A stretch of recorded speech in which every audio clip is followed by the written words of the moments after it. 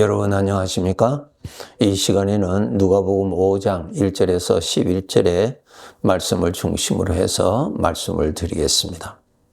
본문을 먼저 읽어드리겠습니다. 2절부터 호숫가에 배 두 척이 있는 것을 보시니 어부들은 배에서 나와서 그물을 씻는지라.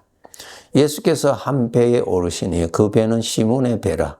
육지에서 조금 떼기를 정하시고 앉아서 배에서 무리를 가르치시더니 말씀을 마치시고 시몬에게 이르시되 깊은 데로 가서 그물을 내려 고기를 잡으라.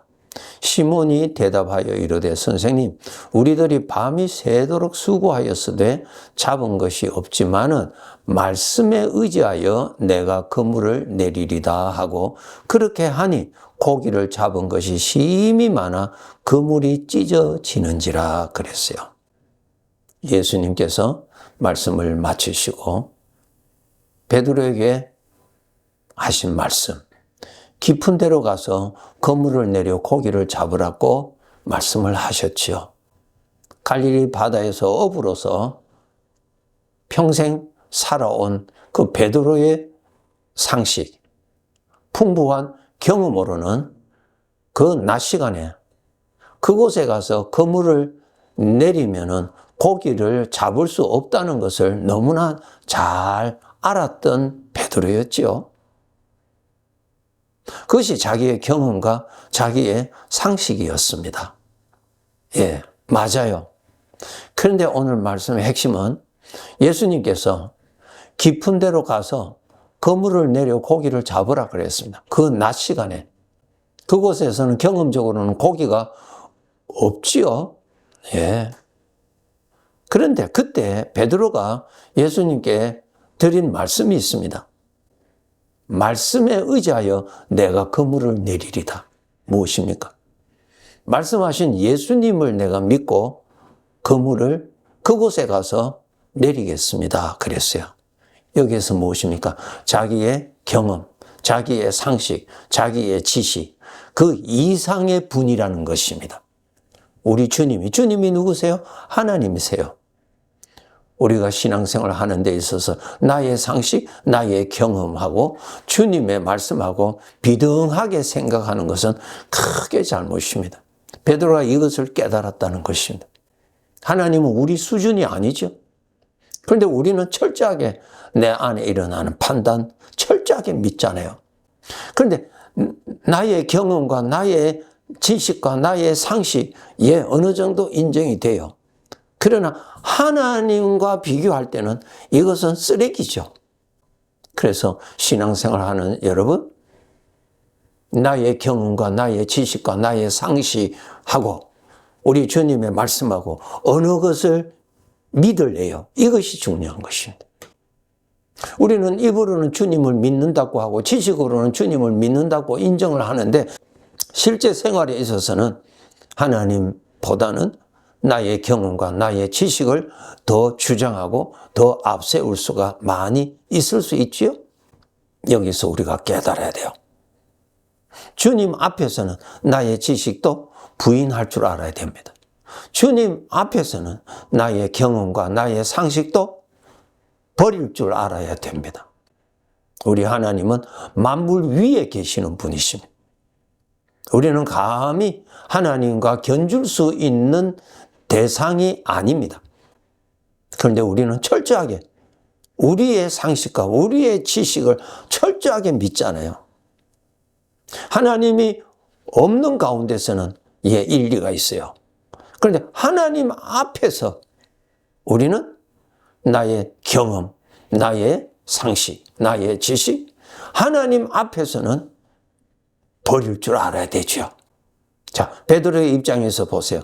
그의 상식과 그의 경험으로는 그 낮 시간에, 그 뜨거운 낮 시간에 저 깊은 데로 가서 저 중심으로 들어가서 그물을 던진다는 것은 그것은 어리석은 행위이죠. 그런데 베드로는 그러한 상식과 그러한 지식을 주님 말씀 앞에서는 그것을 저버리고 주님 말씀을 믿었다는 것입니다.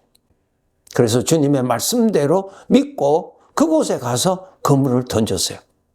던졌더니 고기를 너무 많이 그물에 잡혀서 다른 배를 불러서 2배의 고기가 가득하게 담아졌다고 기록되어 있습니다. 오늘날 사람들은 자기의 지식과 자기의 상식, 그 세계 안에서 살거든요. 그 안에서 사는 자는 구원이 없습니다. 자기의 지식과 자기의 상식에서는 하나님이 없거든요. 내가 왕이고 내가 판단이고 내가 주인이에요. 사도 바울이 예수님을 만나기 전에는 자기가 주인으로서 살았죠. 자기의 철학과 자기의 지식을 대단한 것으로 믿고 의지하고 살았던 사람이죠. 그런데 그가 예수님을 모신 다음에는 그러한 것을 배설물과 같이 취급했다는 것입니다. 예수님 앞에서는 그것은 아무런 가치가 없습니다. 하나님의 말씀을 믿는 것이 옳습니까? 나의 경험과 나의 지식을 믿는 것이 옳습니까? 하나님의 말씀을 믿어야 되겠죠? 그래야 내가 삽니다. 베드로에게 이러한 큰 변화가 일어났어요. 말씀에 의지하여서 내가 그렇게 하겠습니다. 예. 예수님이 누구란 것을 그때 성령으로 인하여서 그가 무언가 깨달았다는 것입니다. 우리 사람과 같은 분이 아니라는 것을 깨달았다는 것입니다. 그 성령님의 도우심이죠. 나에게는 주님이 같이 계십니다. 나도 있고 주님도 계시고. 그럼 주님과 함께 사는 것이 그리스도인인데, 그러면 주님과 함께 사는 나로서 나를 믿고 살래요? 주님을 믿고 살래요? 누구를 따라가야 되겠어요?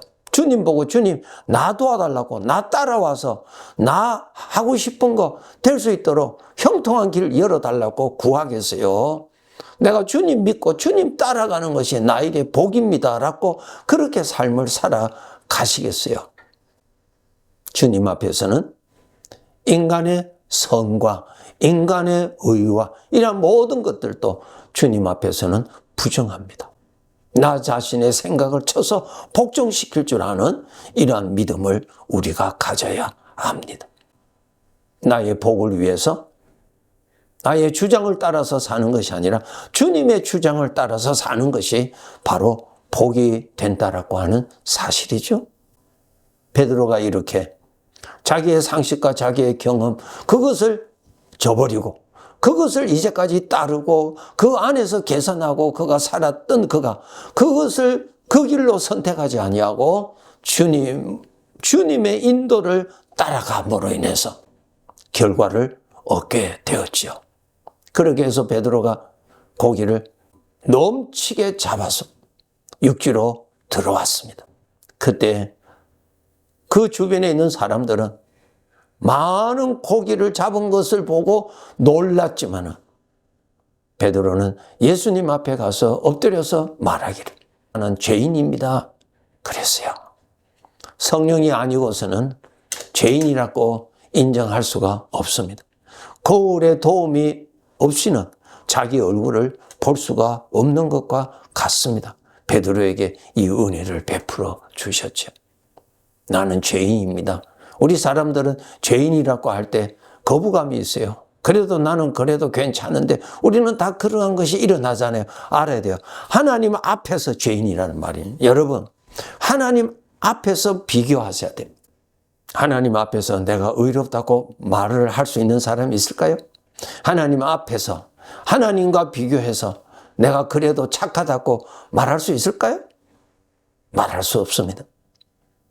바리새인들, 일반 사람들 앞에서는 너무 경건하게 살았다고 자타가 그렇게 인정했던 사람이었지만 예수님 앞에 섰을 때 저들은 무덤과 같이 썩은 것으로 죽은 것으로 죄로 가득한 사람이었어요. 하나님 앞에 섰을 때 우리는 다 삐뚤어진 사람이요. 하나님 앞에 섰을 때 하나님과 비교할 때 우리는 부정한 자입니다. 철저하게 부정한 자입니다. 처음부터 끝까지 우리는 부정한 자입니다. 하나님 보시기에 옳은 것은 하나도 없습니다. 우리에게는 거룩한 것이 하나도 없습니다. 베드로는 바로 예수님 앞에 서서 자기를 발견했던 것입니다. 나는 죄인입니다. 우리 성도들 이것 정말 깨달아야 돼요. 하나님 앞에서 나는 의인입니다. 여러분 말할 수 있어요? 나의 모든 것을 아시는 주님 앞에서 나는 그래도 나는 괜찮은 사람입니다. 그렇게 말할 수 있을까요? 말할 수 없어요. 나의 말과 나의 행동과 나의 생각을 다 아시는 그분 앞에서 그래도 나는 괜찮다라고 우리가 그렇게 말할 수 있을까요? 아무도 없어요. 놀라운 발견입니다. 거울 앞에서 자기 얼굴을 발견하듯이 베드로는 예수님 앞에서 자기가 죄인이라는 것을 발견했습니다. 죄인의 영원한 삶은 형벌밖에 없지요. 죄인은 형벌을 받아야 되잖아요. 자기의 영원한 불행의 존재라는 것을 그가 깨달았지요. 그래서 나 자신을 믿고 나 자신을 교만하게 만드는 함정에 빠지면 안 됩니다. 예수님 앞에서 나를 비교해야 할 때 부정한 존재라는 것을 알고 그것을 알았을 때 이제는 나를 사랑하지 않고 이 부정한 나를 주장하지 않고 높이지 아니하고 자랑하지 아니하고 나의 주님이 되시는 주님을 높이고 주님을 의지하고 주님을 따르며 살아가야 하는 것입니다. 자기 자신을 깨달아야만이 주님을 따라갈 수가 있습니다. 하나님 보시기에는 우리는 다 부정한 자입니다. 속속이 부정한 자입니다. 이러한 나 자신을 우리가 믿고 산다? 나 자신을 위해서 불행한 자입니다. 이제는 누구를 믿고 살아야 되겠어요? 나와 함께 계시는 주님을 믿고 살아야 되고 누구의 이름을 높이도록 살아야 되겠어요? 주님의 이름을 높이도록 살아야 되겠죠. 부정한 나 자신을 높이고 부정한 나 자신이 높임을 받기를 원하는 타락한 그러한 사상에서 이제는 우리는 벗어나야 하는 것입니다. 주님 앞에서 내가 철저하게 부정한 존재라는 것을 알면 알수록 나를 의지하는 대신에 나를 믿는 대신에 나를 사랑하는 대신에 나와 함께 계시는 주님을 의지하고 주님을 사랑하고 주님을 높이며 이러한 나에게 무한한 은혜로 함께 계시는 우리 주님께 감사하면서 살아가게 되는 것입니다.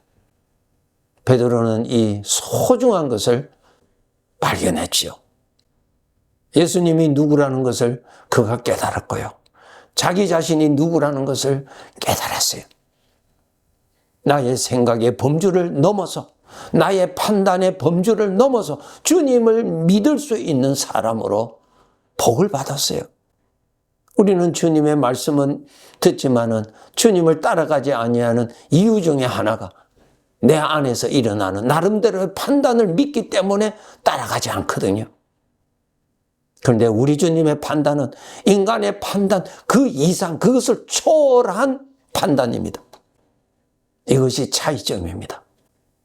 나 자신을 부정할 줄 아는 나 자신의 지식과 나 자신의 올바른 경험까지도 주님 앞에서는 아무런 가치가 없는 불완전한 것이요 부정한 것이라는 것을 깨닫는 것이 아주 중요합니다. 그것을 깨달아야만이 나의 판단보다도 주님의 말씀을 믿게 되고 그것을 깨달아야만이 나를 믿는 대신에 주님을 믿는 자가 되는 것입니다. 여러분이 구원받으셨다면 주님이 지금도 나의 삶에 함께 계시고 주인으로서 일을 하고 계십니다. 누구든지 나를 따라오든 자기를 부인하고 자기 십자가를 지고 매일 그렇게 따라오라 무엇입니까? 자기를 버리고 자기를 부인하려면 자기 자신의 가치가 없는 것을 깨달아야만이 그것을 불신하고 그것을 버릴 수가 있죠. 그러나 내 나름대로 괜찮다고 생각하는데 어떻게 그것을 버리고 어떻게 그것을 부인할 수 있나요? 베드로는 이것을 깨달았던 것입니다. 하나님을 더 가까이 가시면 나 자신이 더욱더 부정한 존재요. 하나님 앞에서는 쓸모없는 삐뚤어진 자인 것을 더 깨달아 깨닫게 되고요. 그것을 깨달으면 깨달을수록 함께 계시는 주님을 더 의지하게 되고 주님을 따르게 되고 주님의 말씀을 따라서 생각하면서 살아가게 되는 것입니다.